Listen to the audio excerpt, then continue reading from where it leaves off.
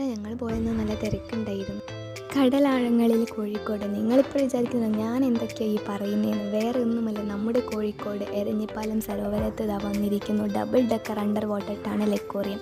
എല്ലാവരും തീർച്ചയായും പോയി കാണുക. ഞാൻ പോയി കണ്ട് അതിൻ്റെ അതായത് ആഴക്കടലിൻ്റെ മഹാറാണി മത്സ്യകന്യകയെ നേരിൽ കാണാം. അതുപോലെ തന്നെ വർക്കിംഗ് ഡേയ്സിൽ ഇത് ഉച്ച 2 മണി മുതൽ 9 മണി വരെയാണ്. ഹോളിഡേയ്സിൽ 11 മണി മുതൽ 9 മണി വരെയാണ് ഉള്ളത്.